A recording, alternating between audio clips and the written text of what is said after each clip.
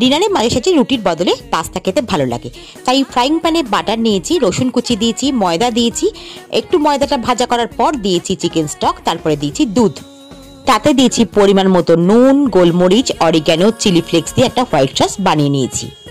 চিকেনটা আগে থাকতে সেদ্ধ করে রেখে দিয়েছি। অন্যদিকে ডিমও ভেজে রেখে দিয়েছিলাম। হোয়াইট সসের মধ্যে চিকেন, ডিম ভাজাটা সবই দিয়ে দিলাম। পাস্তাটা সেদ্ধ করা ছিল, সেই পাস্তাটা মিশিয়ে দিলাম।